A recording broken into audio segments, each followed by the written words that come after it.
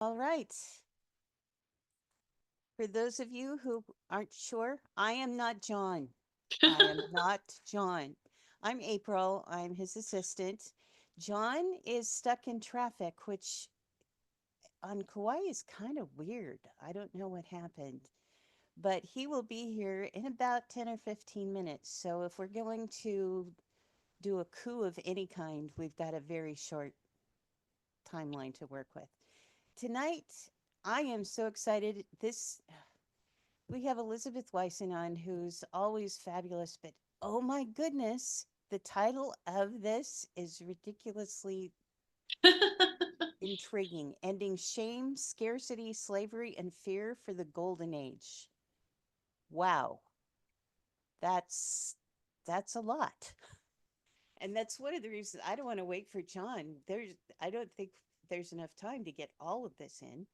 Um, but let me give you a little bit about Elizabeth. Elizabeth is, I mean, you've been here with us for a long time. Oh, it's been like over a decade. Yeah, isn't it fun? And she's really,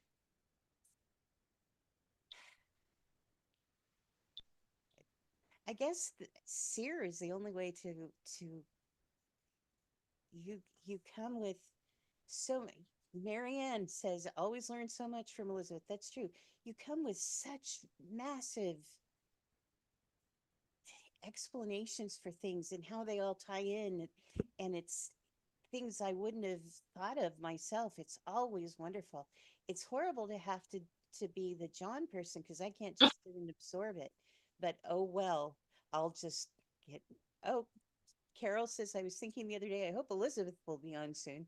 Yes, we all were. Anyway, so where are you living? You are in. Southern Ecuador. That is so amazing. How come Ecuador? Oh, I have a lot of reasons. The cool part is that Ecuador uses the dollar, and we have really good natural food here. And the people here, they're full of heart. So South America is all about heart, and the North America is about mind. And they have a prophecy here about the North American eagle coming down to South America and sharing the mental and like knowledge and wisdom based energies with the heart of the condor. And so they have a big open heart here. Um, the Ecuadorians are very sweet and gentle and very they're considered sort of the nerds of South America. So I fit Did that they for know sure. that? Yeah. But especially because of nature here, and it's the Andes, and so I'm in the heart of the Andes, and um, the the Andes are basically like the heart chakra or the main chakra system of the earth at the moment. And that's why I moved here, is because I wanted to be as close to the sun as possible while we're going through this shift, so I could give like reports from the edge of Well, consciousness. you are doing that. Let me, Lindsay, and yeah, John is stuck in traffic, everybody. I'm April, his assistant. He will be here in about 13 minutes. In the meanwhile, we're going to get started because, wow, ha- I can't even imagine where we're going to go with this, but it's amazing. Um, how, how does shame relate to scarcity? Well, that's like the best part. Well, let's get it done before John gets here then. No. All right. Well, I'm just going to let you play with it then, and I'll ask you questions But as that's a good question. Thank you, April. of course. And I would say, like, if we were to jump immediately in, which I love doing, it's shame is the core wound that our species, Homo sapiens, has dealt with for our whole time here. It's actually the wound that we didn't expect. And shame comes from the very beginning of our species and our history. So we're looking at 800,000 years or 66 12,000 year cycles. And we're in the middle of the very last 12,000 year cycle that Homo sapiens will go through. So we're at the 66th cycle, and we're in the middle of the galactic current sheet. So what you're telling me is we're really, really good at this. Yeah, we are, and we're at the end of it, thankfully. So after we've honed our skills at being shamed, we're going to stop? Oh, yeah, that's the plan. Good. Well, there's some cool parts, like it's all about polarities in this universe. You know, it's about novelty. And on one side, there's shame. So, what's the opposite of shame? It's actually sovereignty. And sovereignty is the answer to most of what we've been dealing with. So, shame is basically the core wound, and it's got these special skills around it that protect it, like fear and scarcity and slavery. And shame is sort of like if you had to plug into humans to utilize our skills and our energy, that's the plug. And the plug itself that you're using to plug into it, it's slavery, it's scarcity, and fear is what is the power that runs the whole machine. Does that make sense? Yes, frighteningly, it does. Pretty frightening. It's frightening because it works. Oh, yeah, it definitely does. I mean, go into any kindergarten class and you'll see. Oh yeah, that's a good point. Go into a kidney. Yes, until we say no, Jill says. Until we say no. Well, what part of you says no? That's the good question too. What part of you says no? It's your soul. Because the human experience immediately got usurped through shame. And it's a very specific event. It has to do with Cain, the story of Adam and Eve and Cain and Abel.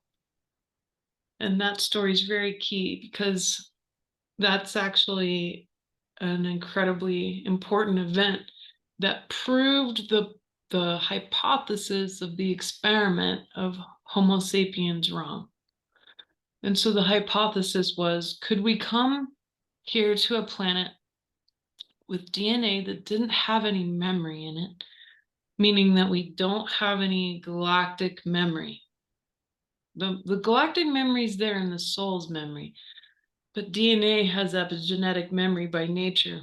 And before, we might go plant DNA on different planets, but that DNA would have memory still as was necessary. At least that's what we thought. But we were given this opportunity to create a planet and to create an experiment where it was all fresh. It was completely beautiful, fresh, new. We had all this DNA that we would call the original DNA. And it didn't have any memory in it. And we said, well, what if we put it on this planet? And we were like, yeah, but then you gotta like learn how to talk. then you gotta like learn about love and healing and like joy and hatred and all these things. And so that's when everyone was involved, because we have all these people, all of us were involved. And everybody got to pick. Well, what would you want to remember? What wisdom would you want to know so that you don't mess this up? And so they had this, what we call the templates of wisdom, and there's 90 of them. And these 90 templates are a very universal set of templates. So that means if you could just go randomly to like Papua New Guinea, right? And I'm an anthropologist by academic training. And so universals are kind of an obsession in anthropology because it's so difficult to find them. But there's 90 universals, and these 90 universals, I could go anywhere in this world. I've tested this out actually, and go and say, ask questions and find out, do people have a concept for this? And they always do, because it's based in the foundation of our DNA. So think of it as like we had empty DNA, and like we had a choice. We could either have our soul's total memory, which included the galactic wars, which is what we've been trying to avoid. We wanted the lessons though, so we took the wisdom. They're not ancient templates of knowledge. That's why in the Bible it says, don't eat from the tree of knowledge, please. um, and because they didn't want anybody to know that, they wanted a different experiment. And they said, there's all this wisdom though that you'll have, like you'll know how to talk, but you don't know why or how. You'll know how to subjugate people, and you'll also know what healing is, and you'll know how to sing and these things, but you won't know why or how. So those 90 templates, they block you from your soul's memory. That was on purpose, because our soul's memories are really intense. And that's what originally attracted all of these adversaries, was this incredible human form with all the soul's memory combined, opened up huge amounts of energy in many dimensions. And it basically was like this huge atom bomb of consciousness that attracted beings who are interested in power. And power is light, and power is information, power is all of that. And so when we had our experiment here, we had a forgetting on purpose. And it's not a contract. It's different, because some people be like, we have a contract to not remember. It's not exactly true. It's built into the biology. And it was done so that we wouldn't attract more adversaries. Because our DNA is unique on Earth. Because Earth is unique, and Earth was created from scratch. And it's not common in our galaxy to create planets. It takes literally a galactic level of effort to do so. So that happened. And then we have this event where we have this Adam and Eve event. And it's kind of misunderstood, because it's easy to place blame, and even religions have done so, to place blame on Adam and Eve, but that's not really the case. It's not fair to do that. It's rather that we all should take responsibility for the long game of the experiment. And we're all part of it. All of us are. In fact, there's more humans incarnate on this planet now than all 66 cycles combined. So when we get together and we look at it really, then we can see that Adam and Eve were kind of set up, because when the so-called adversaries or enemies, when they show up, we didn't even know who they were. We didn't have any idea. We didn't have any knowledge or memory of them. And so they were like, well, why wouldn't you eat from the tree of knowledge? And that's Uh, a good question. Cause yeah. So can you really blame them for wanting that? And what was it? They didn't eat an apple. They received a portion of the tree of knowledge that was chosen for them by the adversaries. And that created shame. So we didn't have shame built in. We didn't know what shame was. Shame is the original wound. So that's a big wound. And then Cain comes along, and he ends up using it on purpose to create more power. So then we have this whole concept in our experiment of power over at the expense of others. And that's the beginning of slavery. Why? So there's a Why? story here. Why are we so interested in having that power? Why is it so appealing? Well, it's actually, if you might flip it a little bit, it's not that we're interested in having it. In the end, if you drop the idea of desire and fear, because we might say, well, I want more power. My argument is, no, it's your divine right to be powerful. And Mm. that, like someone said to me the other day, I wish that I could be part of more magic in the world. And I said, drop it. It's your divine right to be part of magic. People have lost touch with natural law. So they don't know that natural law is actually what they're doing in the world. And it's when we say things like, well, why would someone want that? It's actually because they don't remember how to function in natural law. That most of the time it's their divine right to have it, which is why they're seeking it out.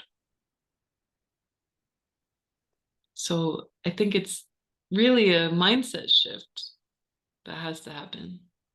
It's All more right. important. How many of us are going to listen to this again? Me. Um, and I have to apologize. I've got my mic up as far as it will go. It's not a very good one. I don't usually do this, so I apologize if it's too quiet for you. Okay, And so same, I'll get a little closer to my you're probably video. fine. Nobody's Okay, good. complaining about you. So what do we do now? Well, What's that's a good now what? question because we're at like this the weirdest moment in the world. And I keep telling people like the minute you're like, oh, this is pretty weird, is the minute that it's just gonna get weirder. And it's because the veil is disappearing. We're okay, so physically, literally, I'm closer to the sun on purpose than anyone.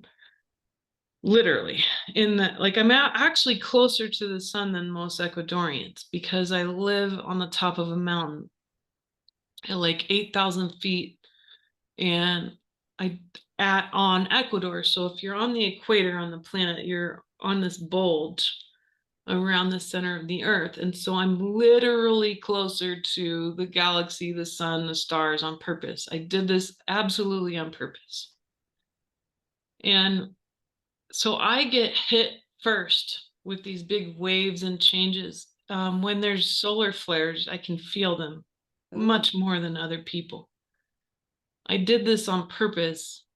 And it's because I want to track constantly on behalf of all of us what's actually going on in the physical and how it affects the mental, emotional, spiritual of the human being. So when people call me up and they're like, something just weird, like weird happened today, or some wave just hit, I'm like, oh, yeah, well, I can definitely tell you that's true because I can feel it for sure. And it's very literal.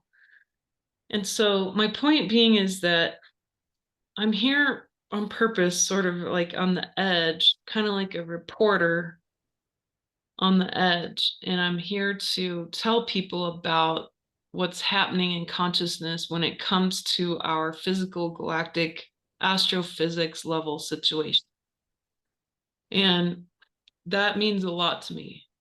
So, as someone who's hanging out here, I'm telling you that you're not crazy. So like the past couple months themes of first sessions, because I do one-on-ones with people, is hey, first off, it's not just you. That's the theme. And then there's another theme that's been coming up. Why do liars lie? That's mm, another part of it. And there's always a polarity to everything. So we're in a situation right now where we're coming to the edge of consciousness in a way that now there are no more gurus, there are no more experts, there's no one who's perfectly good at anything because we are on the literal edge together. And all I've done is sort of set myself up at a physical literal edge with a little flashlight and saying, don't take a left. And like, but I'm not farther than anybody. And I found this to be the case for over 2 decades now of teaching, that it's super vital that we don't see anyone like as more ahead or anything, and that if someone says that they know about the future or whatever, just leave. Or if someone says, here's another one that's been coming up, it could be worse, or other people have it worse. Walk away from that because your lived experience is incredibly vital right now to consciousness. So my job is to, and I think April, over these years, we've gotten to just kind of hang out and energy together. You know that I'm like a cheerleader for humans. And so I'm always like, wait a minute, like you have to just stop hating everyone, first off. And secondly, it doesn't mean you have to love them, okay? Compassion, universal compassion just says everyone exists for a reason. That's good enough. And then we say, so then how am I a creator?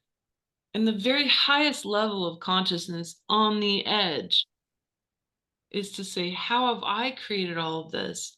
And if you created people who you thought were better than you, or you created narcissists in your life, or you created certain kinds of trauma, you did so in order to learn as fast as you can right now. I know so because I literally just left this past year and I've been struggling so much. I left a 12-year-long marriage and it's been horrible. The outcome of it, like the repercussions of me leaving, things that I didn't ever expect. And at the same time, I can own it and say, I'm on the edge right now.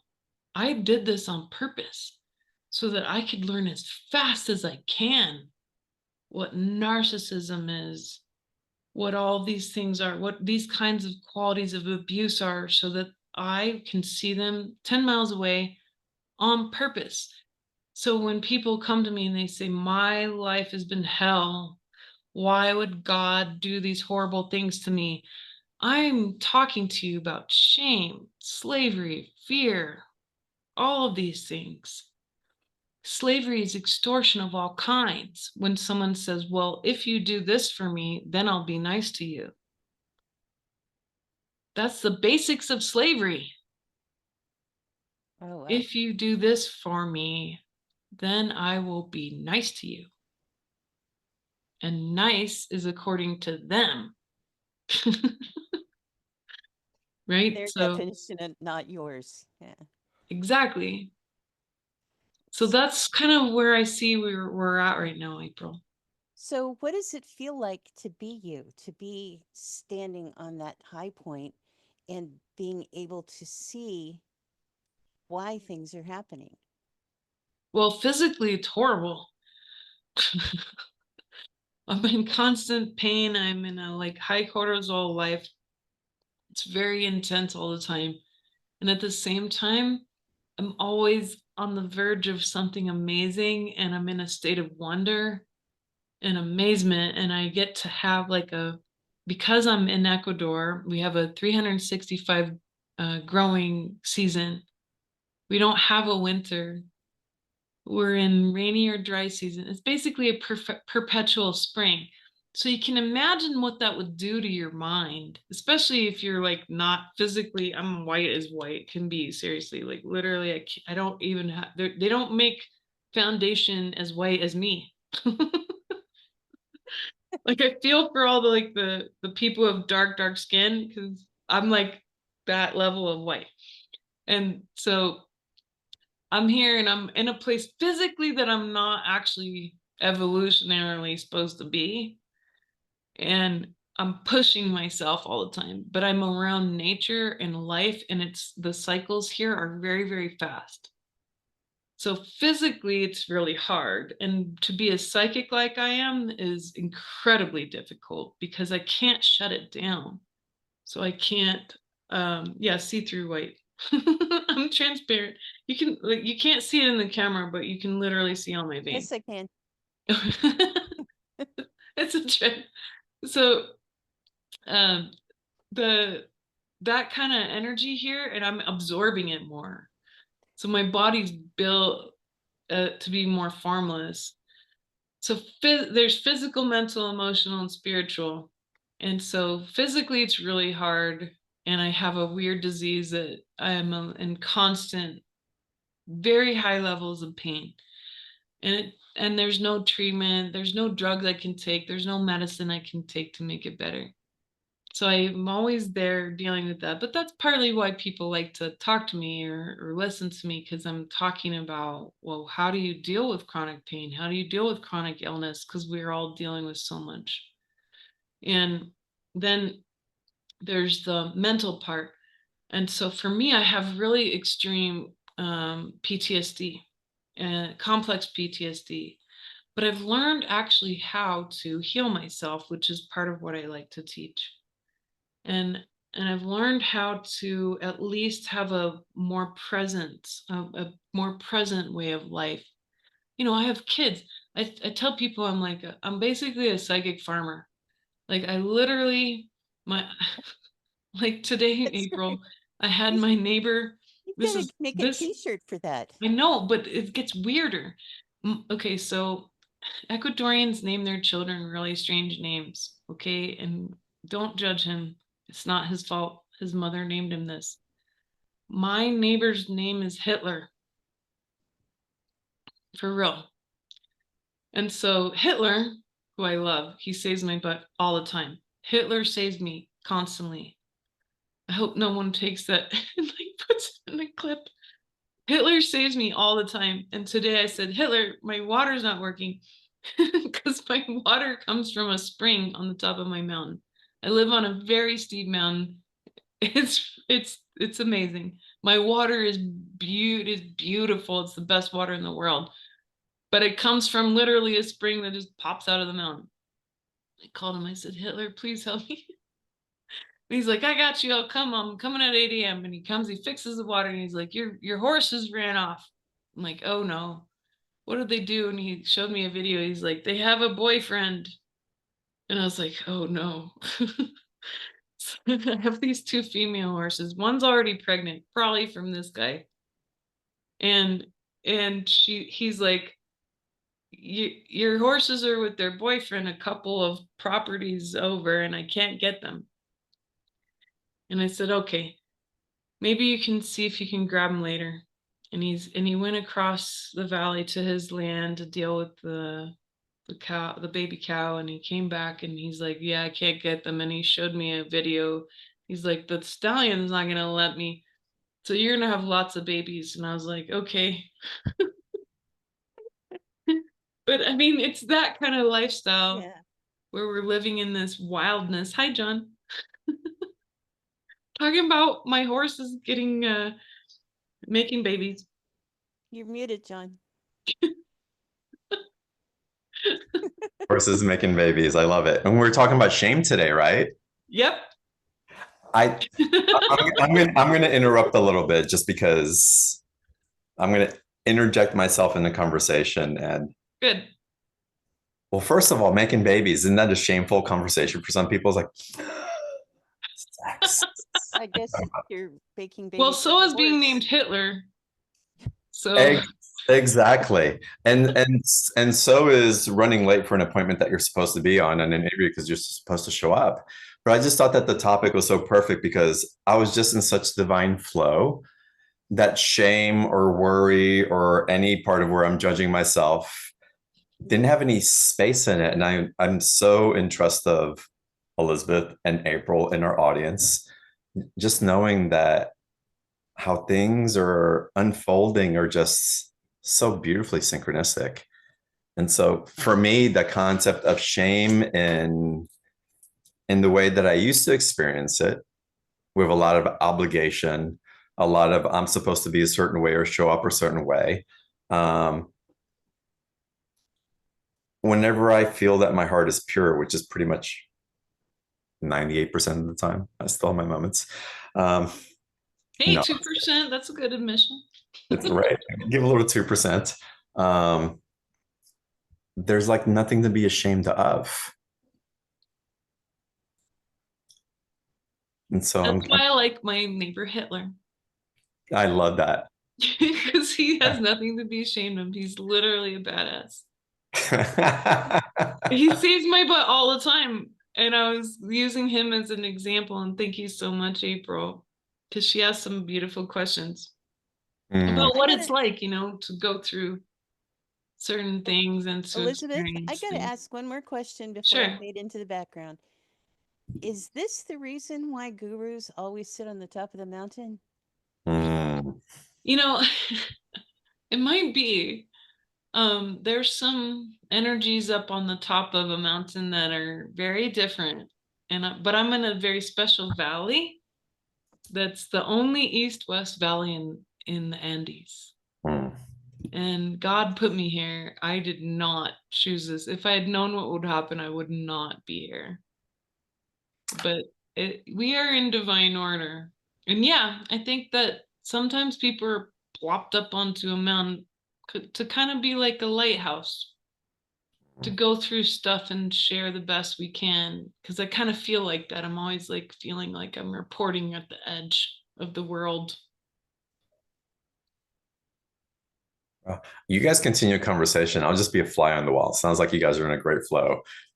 No, No April's way. really helped me a lot to talk about our humanity.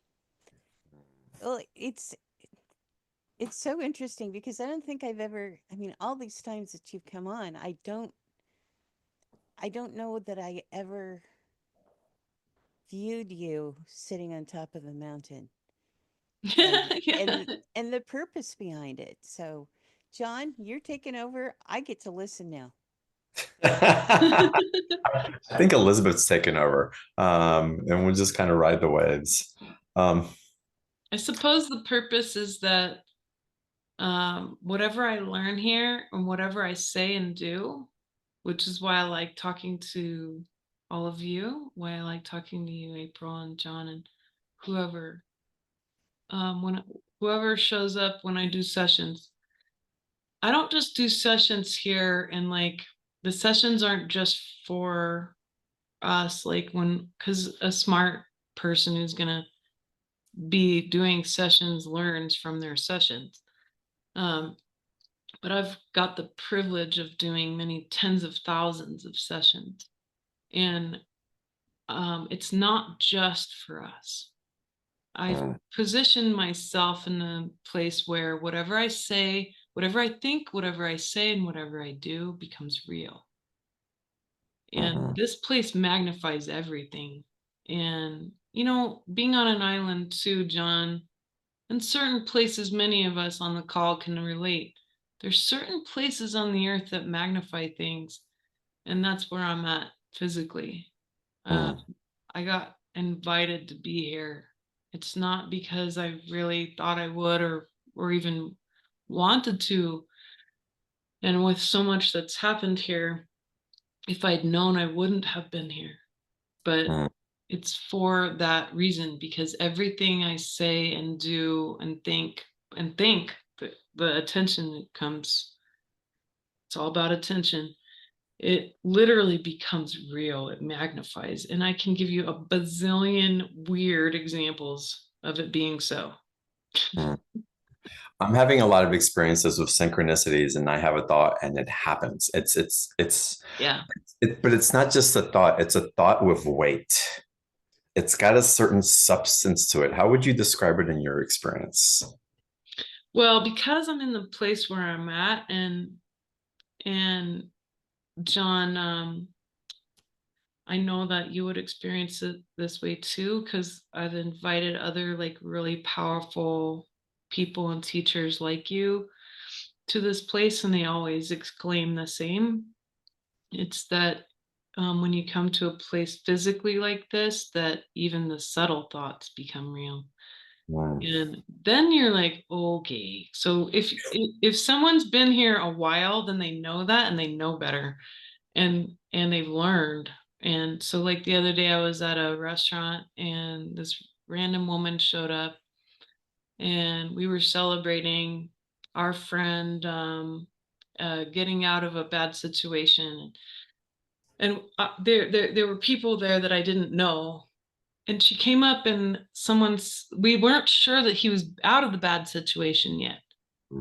And she said, no, he is. He's free right now. And I looked at her, I'm like, yeah, you've lived here for a while. oh, wow. Like you already know what it takes. Because you all like around here, you can even just think about, like, okay, I'll give you an example. I don't even think about this stuff at all. I'm in town and it was random. I thought about Johnny Walker whiskey. I was like, why am I thinking about Johnny Walker whiskey? I thought that's weird. It just popped into my brain. And then we stop at a stoplight and I turn my eyes and there's a Johnny Walker whiskey sticker on the car next to me. And then it happened 3 more times. And I'm like, I don't even know what that means. I don't know why I'm even thinking about it. It doesn't matter. It depends on the place too. And if you're smart and you know how to control your attention, then you're going to use it for magic. And of course, I don't care about Johnny Walker whiskey. I just thought it was hilarious that it showed up randomly. And again, those random things, like, wait, there's something not random about the randomness. Let me pay attention. Exactly. Yeah. God's like, tap, tap, tap. Right. It's pretty amazing. And what I really appreciate you being, and I'll call it this hot spot of consciousness, in the way that you relate to it, but because it goes into a tenet that I find just so truthful. And if we become more aware of it and remember it almost as a mantra in our lives, we really understand the ripple effects of our actions and our thoughts. And this came from Paul Selig, also, who's a wonderful teacher and channel and all that. But he talks about that when we bless one, we bless all. Bless one, we bless all. And when we condemn one, we condemn ourselves and we condemn all. You know, this actually relates immediately to a beautiful conversation I was having about enemies. And I asked my boyfriend, I said, what do you know about enemies? This is like the morning talk we kind of. And he said, well, I said, what are enemies? And he described to me what he thought enemies were. And I said, no. Like, what are they though? Because he told me like how they become enemies and all these things. And he said it very clearly and beautifully. He said, they are showing you what your opening is. And ultimately the enemy is a gift. And that's why I want to talk about scarcity, and why I want to talk about fear, why I want to talk about slavery, because we think of these things as like literally the bottom of the pot of being human. And why shame is, like I told April, shame is the plug, fear is the energy, scarcity and slavery are the thing that plugs into it. They are not you. They are a false reality. When you have something like filling in all of the things that you thought were real, then it becomes literally like a false technology. And I'm going to talk about it as false technology because it's technology. And Thank you. and that fears the energy that runs it. And the other side of fear, and this is the thing people don't expect, is desire. So I was saying earlier, I had someone the other day say, I really, really desire to be part of magic, Elizabeth. And I said, sweetie, that's the wrong mindset. It's your divine right that you're already part of magic. So what's the cure? It's all sovereignty. But we're talking about physical, mental, emotional, spiritual, economic, political sovereignty. That means we have to completely recreate the entire scene, and it's really exciting because we have opportunities to do that now. And we have people who've thought about this stuff enough because it's literally time. Right. So fascinating that you're talking about this, because I've been diving into a deep contemplation around seduction.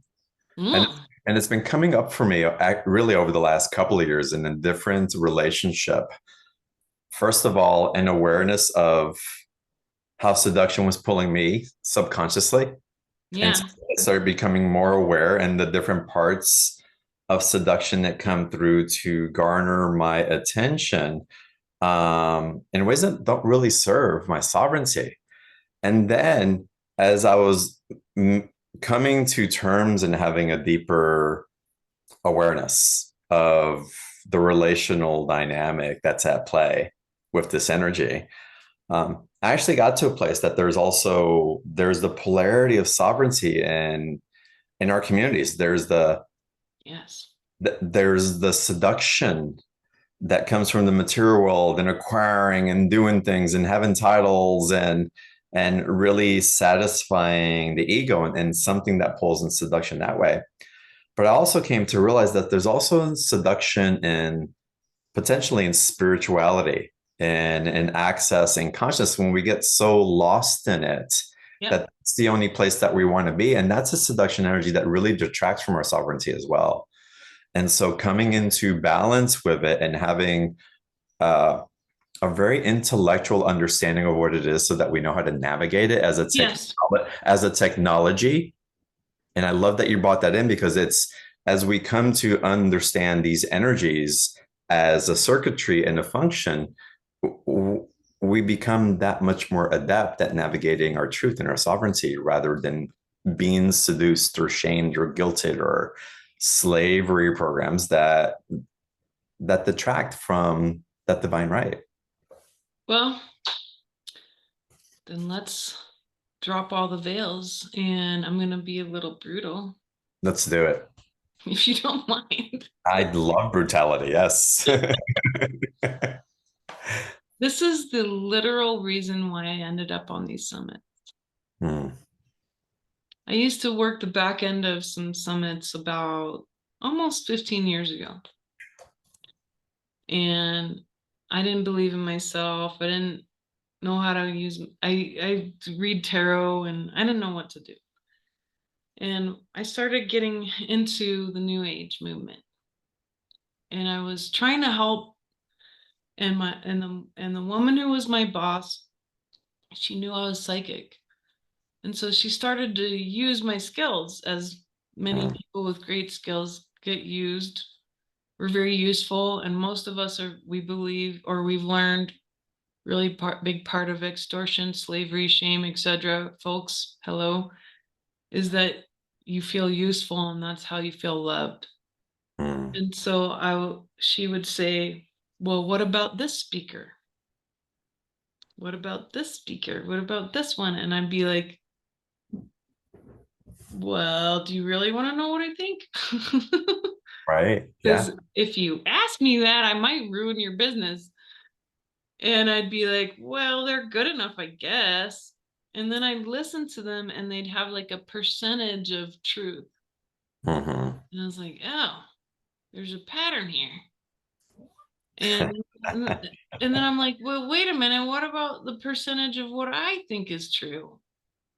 Because thankfully I was in anthropology, and as a science, that's one of the better ones, in that if you want self-inquiry, anthropology will give it to you.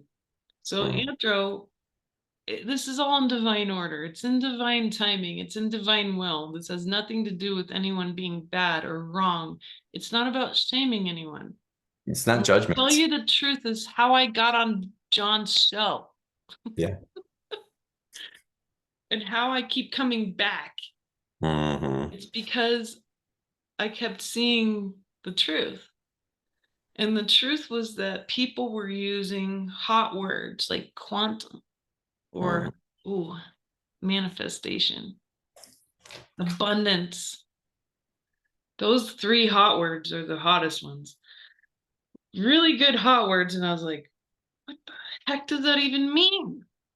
And Right. as a scientist, I'm like, I don't understand what this world is about. And I literally kind of came in through like the basement door, not even the back door, the basement door to the New Age movement.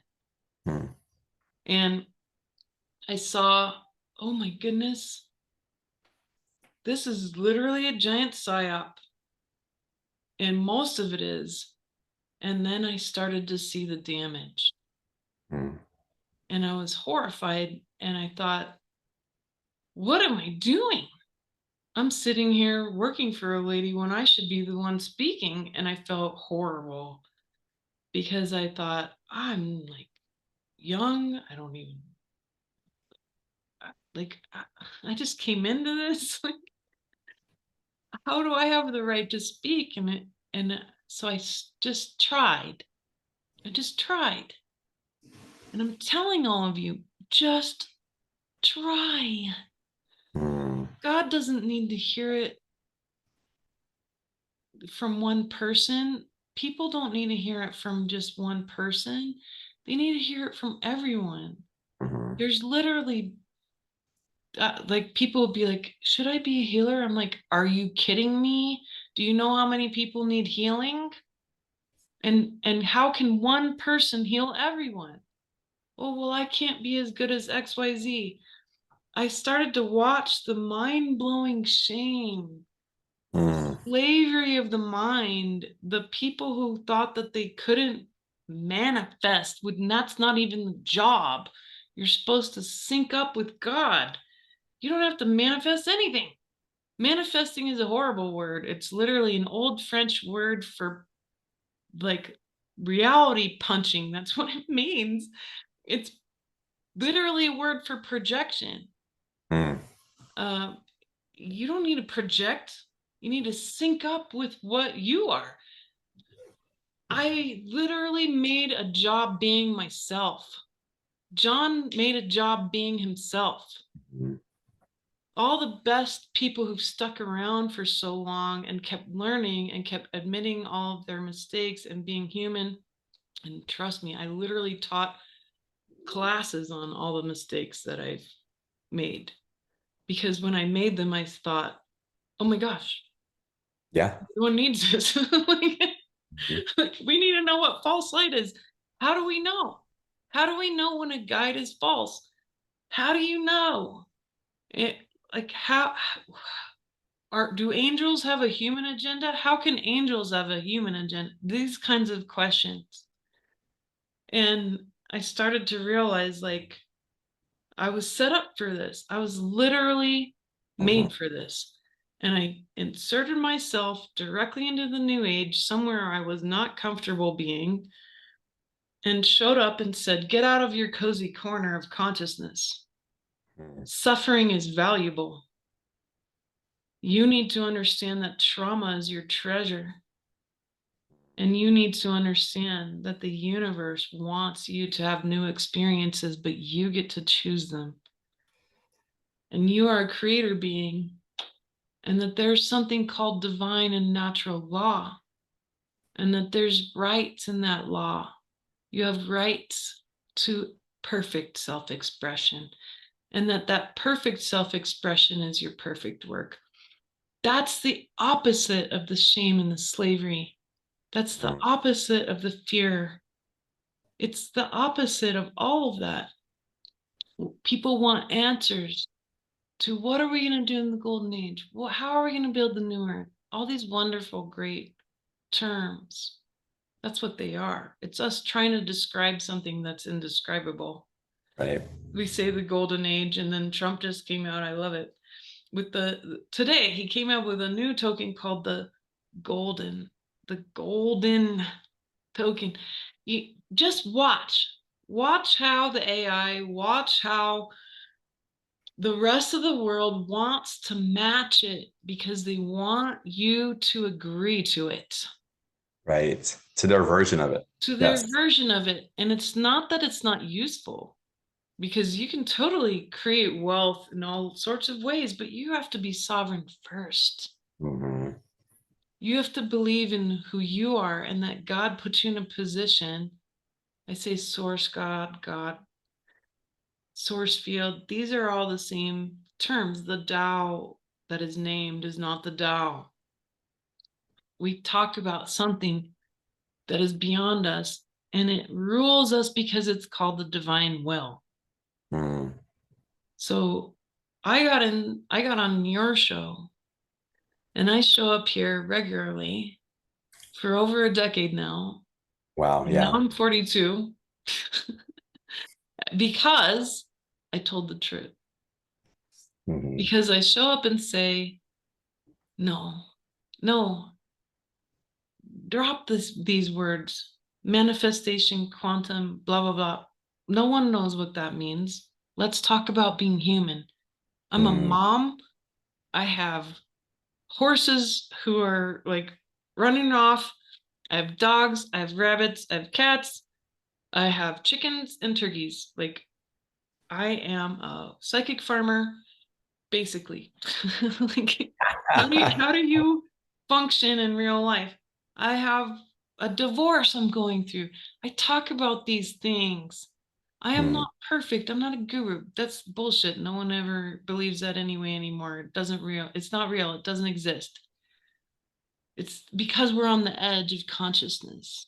Right. We're on the edge. So that's what I see is true. And that's the brutal truth, that we have to get through the new age and actually take responsibility for everything we've created. And it has everything to do with what you believed, what you desired, and what you feared. Mhm. And if you can drop those things, what comes is your divine rights. Your divine rights come, then they come to play. It's my divine right to be part of the magic. It's my divine right to be in all of these dimensions. It's my divine right to have the right, best, perfect relationship, but it's also my right to learn from all of the horrible ones I've had. Mhm. It's my divine right to guide my children and to be angry and to be sad and to have all of the feelings, because that's actually part of your navigation of consciousness. And tonight, right this minute, is the new moon in Pisces, which Mhm. is all about feelings. So I hope people feel what I'm saying, because I'm being emotionally open at the moment, but that's what I see is true at the moment. I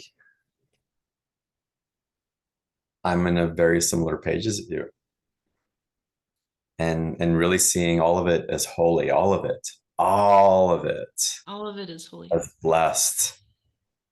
If you want to take it in that route, and there's something in the alchemy through our emotions and our critical thinking that's landing into an exposure of truth. An It, exposure of ourselves. absolutely. And when truth prevails, that authority to claim what is truly ours, that divine right, the divine co-creation, it's powerful energies. And we discover our meaning of abundance that can't be measured through a coin that's put out and name something that is seductive because I'm supposed to have it because someone else has something that I supposedly don't have. Or Yeah, what, when they name it gold, when it's not really gold, right? it's funny to me. Yeah, it's so fascinating. I want to get into your special offer because where you're Sure. taking everybody um, through these experiences that you're embodying and then sharing from, um, I find it to be, and the word doesn't even justify it, but I find this to be the great liberators from the illusions that would have us perpetuating the same technology over and over again, but not really advancing in the way that technology is supposed to help us advance. And so the reinterpretation and definition and relationship that you're bringing to these energies and to what's present for us right now, it's powerful. You were about to say something, please. Oh, my apologies. I want to define technology. Please. So this is very personal because as an anthropologist, I always thought technology was external from the human experience. Hmm. And that's not true. And the one thing that I learned over all these decades of working with things like economic systems. I've spent over 25 years developing alternative economic systems that could actually last. I've been developing political systems that are more true to the human soul. And so these things are they're just part of my path. I could almost say like I'm obsessed with them, but I think when a soul is like focused on something where they're thinking about it all the time, it's because they're here to bring it through. So that's part of what I want to offer people. And technology is your body. And so culture is technology. Everything that you create through the human form, because you are not your body. Let's say we take this entire interview away and that there's one sentence that stands. Let it be that. You're not your body. You are not your body. Your body is a technology and you are using it. Yeah. So who are you? Mm. That's what I care about. Because I know who you are and I know who I am. And that means we're awake. John knows who he is. We know. That's why you want to hang out with people like that, because it feels so good. Yeah. Because even all of your horrible problems, like I have too, seriously, I wake up and it's like, what drama is going to happen today? It's intense, but I'm using this body technology to learn, and I create intense experiences in order to learn faster. And so the first item in my first part of my package, because I have 2 packages, and I wanted to make it affordable for people to be able to access some stuff. But people who have hung out with me long enough know that whatever I offer is really dense, it's really valuable, and it's deep, and it's many hours worth of value. So my first item is the Heal Yourself and Heal the World, and it's a pre-recorded retreat. It's actually on the page, it says 6 hours. It's a lot longer than that.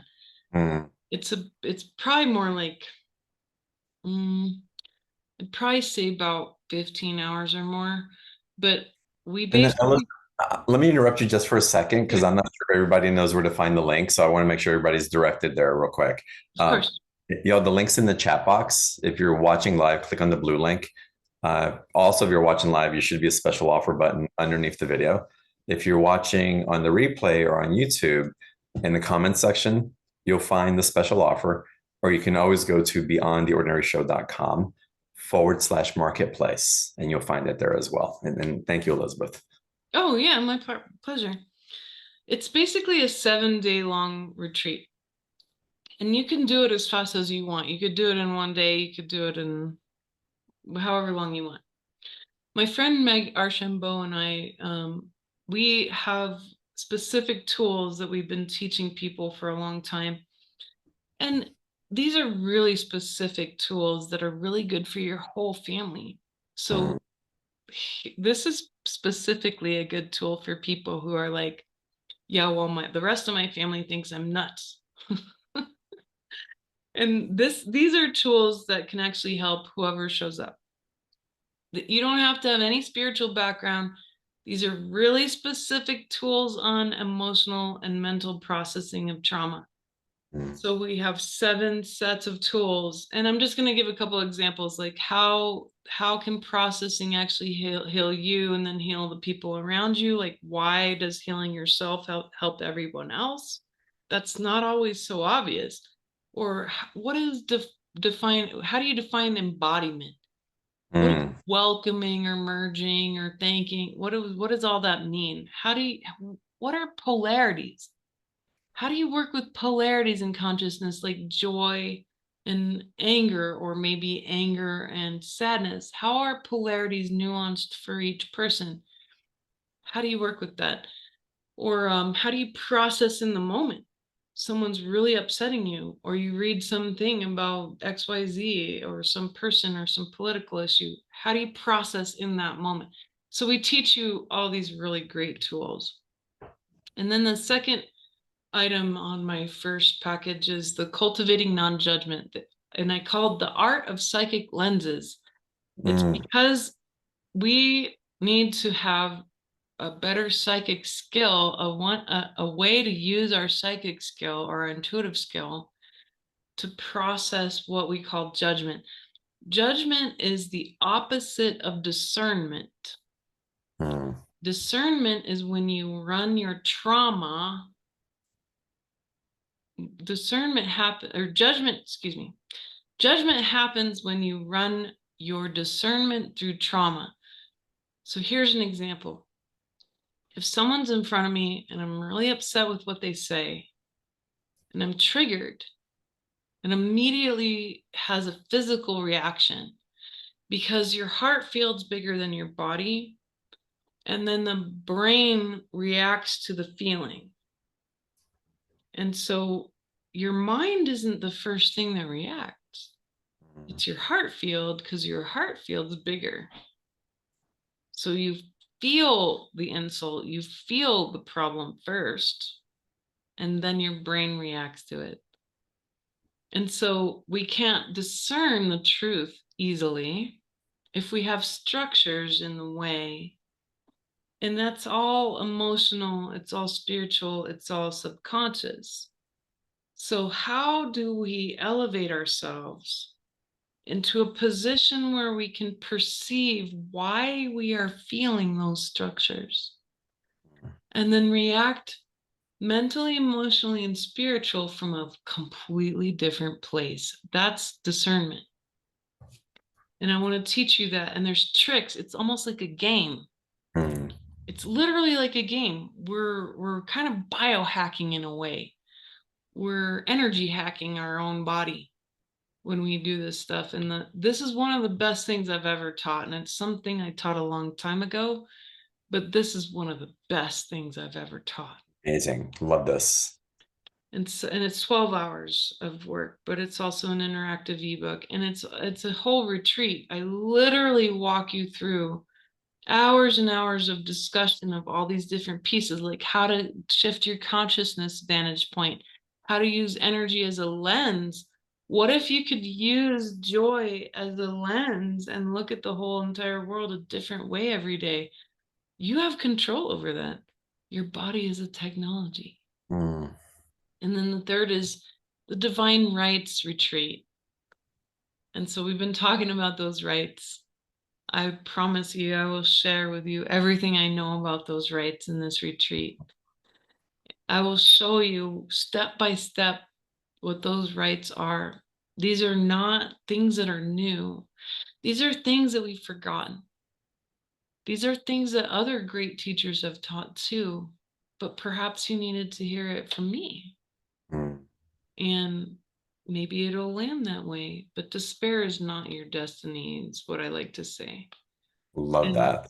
That's the key to that retreat. And then to follow it up, what are the divine laws? Because there's your rights, but what are the laws?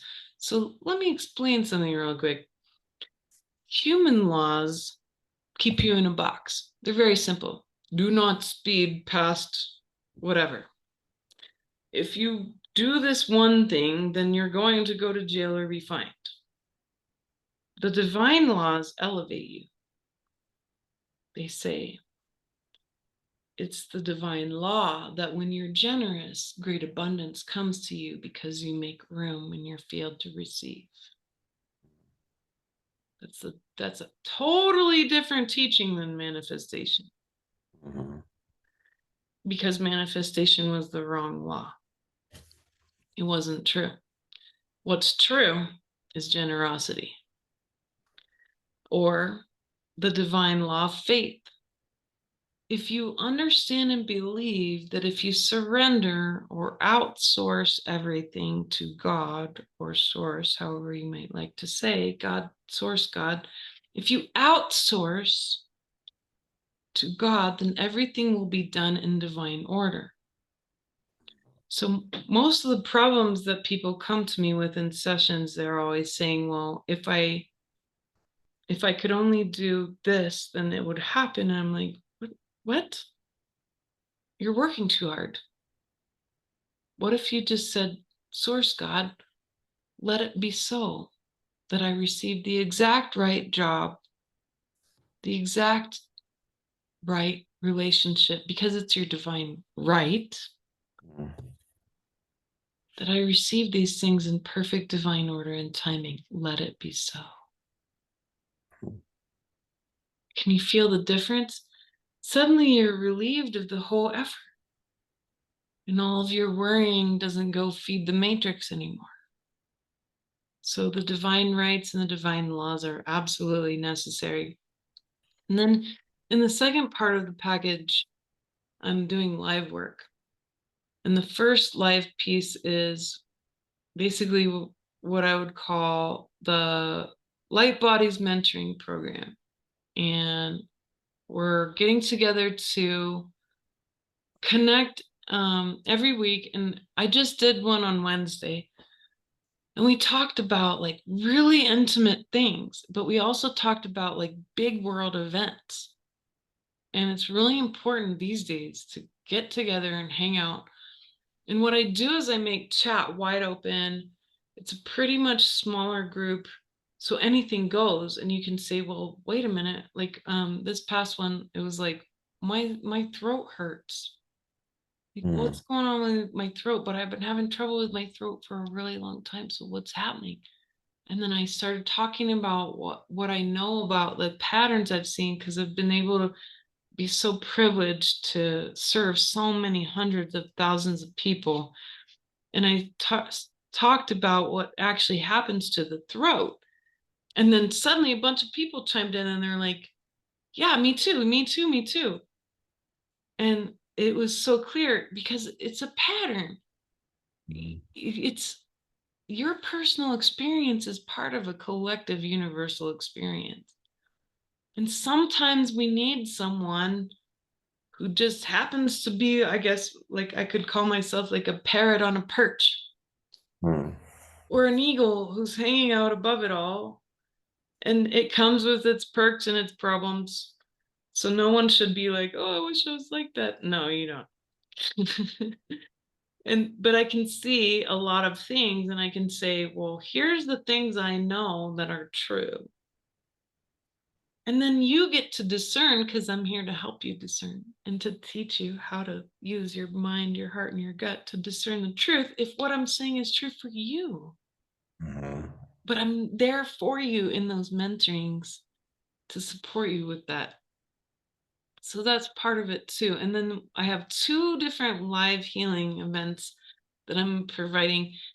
One on March 28th, the second on April 11th, after the equinox, but specifically about healing these wounds that we've been talking about. So the first one is about shame and scarcity, and the second is about slavery and fear. They're related, but they're very complex. And I'm gonna keep them about 2 hours, where I'm going to basically give you a very specific set of data. But what comes along with it in these healings is a worksheet of links where I'm going to describe specific things I want you to go look at for your sovereignty. Because the answer, I'm going to give it away.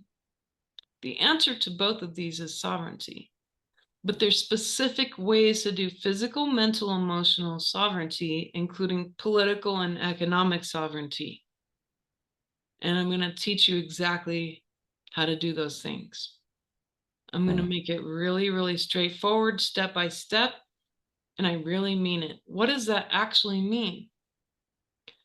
I want to be so bold to tell people, John, that I'm going to teach people how to be done with the economic systems they're used to, including taxes, and that we're going to do it the correct way.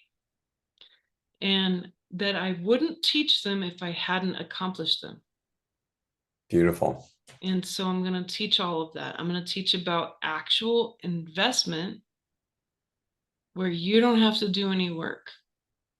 I'm going to teach these things only because I've practiced them and achieved them. So these are things where we're going to talk about passive income. I'm going to show you how to do that. That's real. But it's all part of the new world. It's part of the new golden age. It's a part of our sovereignty. I'm very picky, like beyond picky about what I teach, because I'm at an academic level of thinking. So if I don't have real life experience with it, I won't share it with you.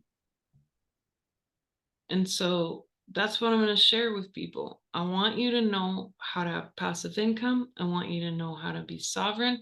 I want you to know how to be finished with the systems of the matrix at a literal, economic, political, mental, spiritual, and physical level.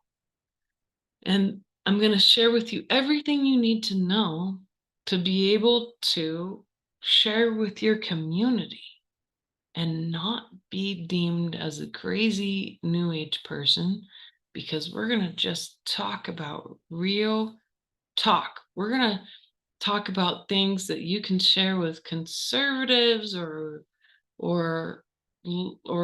left thinkers. It doesn't matter what political orientation people need for this.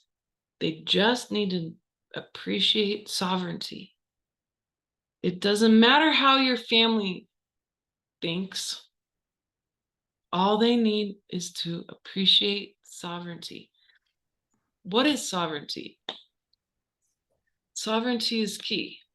And so part of what I really want you to understand and what I'm intending to teach is exactly what sovereignty means. Sovereignty is you being a conduit for the light of God. That's it. Think of it this way. There's a beautiful piano, and you are one of the keys, and so am I. And God plays the song as God might wish, and you just need to show up. You don't have to do anything. God does everything. The source field does everything. And to relinquish all of the things that you thought you had to do is actually kind of hard, because we're a bunch of workaholics. We're control freaks and we're traumatized to all get out. But every day I'm learning more and more. And I sit there and I say, let it be so. Let it be so, source God, that my discussion with John is just going to go wonderfully and perfectly. Yeah. And the questions that April asked me were perfect and wonderful. And the timing that you came was perfect and wonderful. And there's literally no way to be in guilt so the 11th dimension is the dimension of perfection. And that means that everything is perfect and the rest of it is phenomena. And so when you hear all these people say to you, oh, it's all simulation. What's it a simulation of? It's a simulation of perfection. Beautiful. Powerful, Elizabeth. Y'all, the special offer, it's I can feel it. It's like I already feel like I am diving into all of this with you. Package A. Excuse me, y'all. Zoom night. Thank you. Package A is $197 with a 2-payment option. With all the pre-recorded dozens of hours worth of integrated information for your embodiments in the way that you're going to discover what that means from a more technology type of standpoint. And again, the way that you weave all this, Elizabeth, and just usher in truth through this reality it's quite profound. So again, package A, y'all, is $197. Package B with the live courses includes everything in package A. And then the live calls, and to be done with taxes, to be done with different systems, to really go in. And what's impressive and why I have such deep appreciation and respect and love for you, it's you're not here claiming that one thing's right and one thing's wrong. You're not here warring against something so that we can get something else. It's just an emanation of truth as you're discovering, as you proclaim your divine right and your divine sovereignty. And you're sharing from that space so that others can be aware of what's possible there. And that for me are the type of, I'll call them leaders, y'all, way showers, light workers, but really people. Yeah, humans. People. Thank you. Humans. The good humans, the ones who are cheering for other humans. And those are those that I want to associate with. Those are those that I want to influence my children and my grandchildren and the people that I love. Um, it's such an easy choice when it comes down to it. And again, the vibrational balance and perfection that gets brought into our awareness through their awareness. It's just where we're all raising each other up into the truth. So again, these packages are amazing, Elizabeth. Again, you always bring in so much. Generosity, as you said earlier, is an intelligence that is a very high level. And you embody and you bring that through so that we can learn and grow from it as well. So just thank you for putting this together. It's really quite spectacular. Well, your field has always inspired me to try to up level whatever I can offer people, because you and I are both cheerleaders for humanity, and we've never shirked on talking about our own issues. We don't back off when we have our failures, and when we are wrong, we always make sure to tell people. And I've always cared about that the most, because we've been doing this a long time, and we might not look very old, but we've been doing this a long time. And I always say to people, like, hey, the very best people that I love being with are the ones that I stick with. And that's because we're actually, like, at a heart level friends and a psychic level friends. And it's because we can see one another, and we can see each other's weaknesses, but that's not how we end up elevating one another. And that's the cool part of summits like this. And so I encourage people to keep showing up, keep coming to these summits, and be there. Be there with people, support people like John. Make sure that these things continue, because there's a point in time when this all could get shut down one way or another. But you know what? You know what it would look like in the physical? All of us coming around a fire and telling stories. Yeah. Basically the same thing. And we're just elevating people. We're saying, let's have Elizabeth tell some stories. Let's have John tell some stories. And then, people who were storytellers were the ones who were elevated the most, because people learn the most from that. And I'm telling all of you, you're like, John and I don't think of ourselves as better than you. God, no. No. Like, we've already been through so much, and literally decades of this, where we know when we show up to just be human, and to elevate humanity and to stop hating human beings. That's the one thing that keeps you from doing your best or just having a good life. So there's real love there. There really is. I thank you, John. Yes, something that comes up for me as you're saying that also there's being that in sharing stories of, we'll call them the perfection of our mistakes, right? And in guiding us and the perfection of our trauma and landing us here. But I also want to encourage, and I'd love it as if we end on this note with you. because there is a call to own our love, to own our high vibrational frequency, to own the consciousness that is streaming through these experiences. And yes, we can own again those imperfections, but to also own the perfection of the capacity that we have to love and share our love. It's huge. And there's a lot of, in my experience, holding back, or it's too much, or it can't be received, or only in this type of community, or only with this people will listen. And the reins are asked to be set free to let that energy just really 100%.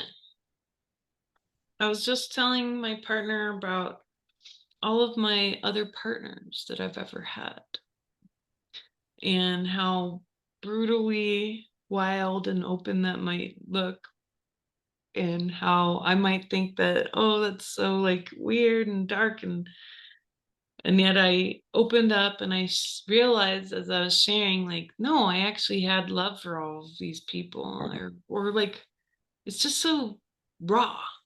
yeah. And I said, I asked, like, can you share with me? And he's like, I'm not there yet. I'm like, but I'm going to work towards this because I feel so ashamed. And he suddenly saw a bunch of programs in the way, but it was brilliant healing work. Or me talking to my parents about my divorce and telling them all the horrible things that have happened to me, really, and like crying, and like them standing with me and loving me in ways that I didn't expect. We have to be so brave, folks. We don't have anything to lose now. We're in the apocalypse. So what are you gonna lose? You're gonna lose what? Programs? Blocks? You know what? Being human requires us to be human. What else are we gonna say? I know you like to have me do ending comments, so I'm gonna preempt you. No, I think the permission and the awareness to be human, the awareness that we have nothing to lose, but everything to lose simultaneously if we don't We have everything to surrender lose. to the It's lose, true. right? There's nothing more raw than showing up. I like to watch these funny little videos about people saving animals. Mm-hmm. And I see like people, and like they're like, oh my gosh, someone dumped like a whole load of puppies. And this is a trip because my cat, who's like 9 months old, ran off for 3 days and got pregnant. So now I have a pregnant cat. And I was like, you turd. But like I told April, I have a pregnant cat, now I have pregnant horses, and my bunny just had babies. So there's babies everywhere. But my point was, like, I'm like looking at this, and like there's just only love there. Like, how can you not love little baby bunnies and horses and kitties? Like, why do we hate one another so much when we are children of God? Mm-hmm. We are children of God. Yeah. Listen, if you want to have a homework, then your homework is, from now on, I want you to see everyone as a child of God, including your own body. Mm. You are not your body. So wake up tomorrow and say, hey, little Elizabeth, what do you need? Mm. What do you need right now?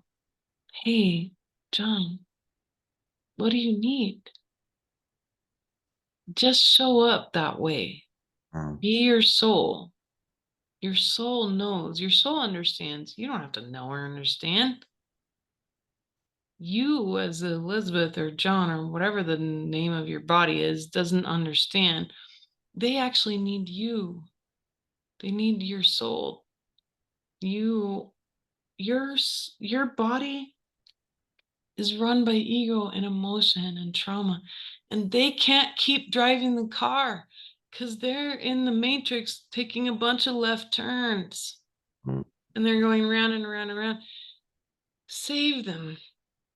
Get out of the car and like have like a ritual moment. Perfect time to do it. And just get out of the car and be like, everyone get out of the driver's seat. Get in the back. I love you. Shut up. Whatever. Have a margarita. I don't care. Get back there. And then you say, I am the soul in charge. When they say, wait, but we want to blah, blah, blah, you can say, thank you very much. Because gratitude shuts the ego down. Oh my gosh, I wish someone had told me that when I was a little kid. Gratitude shuts the ego down. Thank you very much. I have a different plan. You're fine. Sit back there. That's your homework. Beautiful. Angela Taylor writes, I humbly accept this homework assignments. Yes. Me too. Do it. Me too. Me too.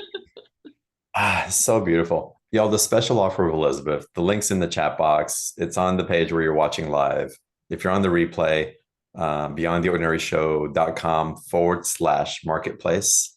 We'll get you there. And if you're on YouTube, you can go to Marketplace also, or look in the comments section for the link. And of course, we'll run the replay for the rest of the week. And such a rich conversation. I showed up a little late. I know, but I feel if so people full. catch the replay, and because you weren't here, so you don't know, the questions April asked they were brilliant and beautiful, and I'm going back and listening. I want to get into it. Hey, isn't April? Because you showed up in Hitler and the horses. Perfect timing. Of course, I show up in that energy. It's like perfect. Non-judgment, blessings, blessings, blessings, blessings, blessings to all of it. Wow, you're awesome. Thank you so much. I love you too. It's just love you and the gifts that you bring, and always for many years now. For many years, yes. We have history. Me too. I'm so proud and happy. Me too. So honored. And y'all, a lot of y'all, we have history. And look at what we're experiencing together. And look who we get to surround ourselves with. It's just, again, I know, it's been very cool. John has grown so much, and he has said the same about me, and I'm so grateful. It's been such a great sort of measuring of our awakening. For sure. It's measurable. There's no doubt whatsoever. So amazing. Elizabeth, have a blessed evening. Give Ecuador a big hug for me in the valley. Let me put a little bit of my grace and ease to it. You receive from the other places of magnification. And I send grace and love to every single one of y'all watching on the replay, watching on YouTube. It's a blessing to be able to co-create this with you. And with that, I bow down in namaste to each of you. Bye, everybody.